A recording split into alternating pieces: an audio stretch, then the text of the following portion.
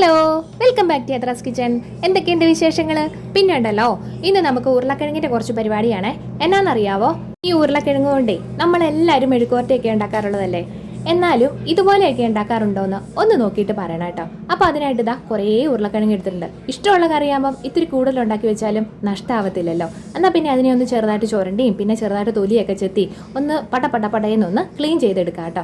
അപ്പോൾ ഇതാ അതിനെ ഒന്നുണ്ടല്ലോ ക്ലീൻ ചെയ്തെടുത്താൽ നമുക്ക് കുറച്ച് വെള്ളത്തിലേക്ക് ഇട്ട് കൊടുത്താൽ മതി. വേറൊന്നിനുമല്ല, നമ്മൾ ഈ വെള്ളത്തിലേക്ക് ഇട്ട് കൊടുത്തു കഴിയുമ്പോൾ എന്താണെന്നറിയാമോ, അതിൻ്റെ കളറൊന്നും അങ്ങ് മങ്ങത്തില്ല. അതേ മറിച്ച് വെള്ളത്തിലിടാതെ വെറുതെ നമ്മൾ ചുരണ്ടി അങ്ങോട്ട് മാറ്റി വെക്കുകയാണെങ്കിൽ ശ്രദ്ധിച്ചിട്ടുണ്ടാവും ചിലരെങ്കിലുമൊക്കെ അതിൻ്റെ കളറങ്ങ് മാറി വരും. അതായത് നമ്മുടെ കൂർക്കയൊക്കെ തൊലി ചെത്തി കഴിയുമ്പം വരാറില്ലേ എന്ന് പറഞ്ഞ പോലെ തന്നെ. എന്നാൽ പിന്നെ ഞാൻ എന്നാ ചെയ്തെന്നറിയാവോ, അതിനെ ചുരുണ്ടി വെള്ളത്തിലേക്കായിരുന്നു കേട്ടോ ഇട്ടിരുന്നത്. അപ്പോൾ അതിനെ ഒന്ന് ചെറുതായിട്ട് കുനുകുനാന്ന്, തീർത്ത് കുനുകുനാന്നല്ല, ചെറിയൊരു മെഴുക്കോട്ടിക്കൊക്കെ നമ്മൾ അരിയണ പോലെ തന്നെ ഏകദേശമൊക്കെ ഒന്ന് അരിഞ്ഞെടുത്തിട്ടുണ്ട് കേട്ടോ. അപ്പോൾ ഇനിയിപ്പോൾ നമുക്ക് വേറെ ഒന്നും പ്രത്യേകിച്ച് ചെയ്യാനില്ല. അതിനെ വെള്ളത്തിൽ നിന്നൊന്ന് മാറ്റി നമുക്ക് വെച്ചിട്ടുണ്ടല്ലോ കുറച്ച് മുളക് പൊടി. അപ്പോൾ ഞാൻ ഇത്തിരി കൂടുതൽ മുളക് പൊടി ഇട്ട് കൊടുത്തിട്ടുണ്ട് കേട്ടോ. അപ്പോൾ ഇനി അതിനകത്തേക്ക് നല്ല പച്ച വെളിച്ചെണ്ണ ഒഴിച്ചു കൊടുത്തിട്ടുണ്ടേ. ഇനിയിപ്പോൾ നമുക്ക് വേണ്ടത് കുറച്ച് എന്താ പറയുക, ഉപ്പാണേ. അപ്പോൾ അതിലേക്കുണ്ടല്ലോ ആവശ്യത്തിനുള്ള ഉപ്പും കൂടി ഇട്ട് കൊടുക്കുക.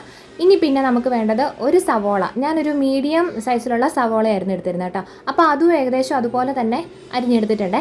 ഇനിയിപ്പോൾ അതും കൂടെ നമുക്ക് അതിൻ്റെ അകത്തോട്ട് ഇട്ട് കൊടുക്കാം. പിന്നെ ഉണ്ടല്ലോ നമ്മുടെ പച്ചമുളകൊക്കെ വേണേലും ഇട്ട് കൊടുക്കാം കേട്ടോ. പിന്നെ ഈ മുളക് എല്ലാം കൂടെ എന്തിനാന്ന് ഓർത്തിട്ട്, ഈ മുളക് പൊടിയും നമ്മുടെ എണ്ണയും കൂടെ ചേരുമ്പോൾ തന്നെ ഒരു പ്രത്യേക സ്വാദല്ലേ, നല്ല എരിവുണ്ടല്ലോ. അപ്പോൾ പിന്നെ അതുകൊണ്ടാണ് പ്രത്യേകിച്ച് വേറെ മുളകൊന്നും ചേർക്കാഞ്ഞത് കേട്ടോ. ഇനി നമുക്ക് എന്നാ വേണ്ടതെന്ന് വെച്ചാൽ അതിലേക്ക് കുറച്ച് കറിവേപ്പില വേണം. അതിപ്പോൾ ഇട്ട് കൊടുക്കണമെന്നില്ല, അടുപ്പത്തോട്ട് വെച്ചിട്ടാണേലും മതിയാവും കേട്ടോ. അപ്പോൾ ഇതാ കടായി ഒന്ന് ചൂടായിട്ടുണ്ട്. നമ്മൾ പ്രത്യേകിച്ച് എണ്ണയും കടുകൊന്നും പൊട്ടിക്കുന്നില്ല. ഇനിയിപ്പോൾ നമ്മുടെ കടായിലേക്ക് അരിഞ്ഞു വെച്ചിരിക്കുന്ന നമ്മുടെ എന്താ പറയുക ഉരുളക്കിഴങ്ങ് സവോളയും എല്ലാം കൂടെ കൂട്ടി നമുക്ക് ഇട്ട് കൊടുക്കാം. പിന്നെ ഇത്തിരി വെള്ളം കൂടെ ഒഴിച്ചു കൊടുത്തേക്കാം. എന്നാണെന്നറിയാമോ, അത് അടിയിൽ പിടിക്കണ്ടല്ലോ, കരിഞ്ഞു പോകത്തില്ല. നമ്മൾ എണ്ണ സെപ്പറേറ്റ് ആയിട്ട് നമ്മൾ ചേർത്തിട്ടില്ലല്ലോ, അതുകൊണ്ട് തന്നെ. പിന്നെ ആവശ്യത്തിനുള്ള നല്ല കറിവേപ്പിലയും കൂടെ ഇട്ട് കൊടുത്തോളാം കേട്ടോ. അപ്പോൾ ഇനി നമുക്കൊന്ന് ഒരു 5 മിനിറ്റ് വേവാനായിട്ട് അതൊന്ന് ഇരുന്നോട്ടെ കേട്ടോ. അപ്പോൾ 5 മിനിറ്റ് കഴിയുമ്പോൾ നമുക്കൊന്ന് തുറന്ന് നോക്കി അതിനെ ഒന്ന് ഇളക്കിയിട്ട് കൊടുക്കണം. അപ്പോൾ നമ്മൾ വെള്ളം ഒഴിച്ച് കൊടുത്തിട്ടുള്ളതുകൊണ്ട് തന്നെ ഈ പരുവത്തിലായി വന്നിട്ടുണ്ടായിരുന്നു. അപ്പം പ്രത്യേകിച്ച് ഒന്നുമില്ല, അത് നമുക്കിത്തിരി തീ കൂട്ടി വെച്ച് കൊടുത്തിട്ടുണ്ടെങ്കിൽ അതിൻ്റെ വെള്ളം അങ്ങ് പറ്റി വരാവുന്ന കാര്യമേ ഉള്ളൂ. എന്നാൽ പിന്നെ ഒന്നുകൂടെ അടച്ച് വെച്ചിട്ട് നമുക്ക് ആ കിഴങ്ങൊന്ന് വേവുന്ന ഒരു 2-3 മിനിറ്റ് കൂടെ അതങ്ങ് ഇരുന്നോട്ടെ. അപ്പം ആ 2-3 മിനിറ്റ് കഴിഞ്ഞ് കഴിയുമ്പോൾ നമുക്കൊന്ന് തുറന്ന് നോക്കിയിട്ട് പിന്നെ എന്താ പറയുക, അതിൻ്റെ വെള്ളമൊക്കെ ആവശ്യത്തിന് പറ്റി പോയിട്ടുണ്ട്. പിന്നെ ഒന്ന് ജസ്റ്റ് ഒന്ന് ഇളക്കിയിട്ട് കൊടുത്താൽ മതിയാവും.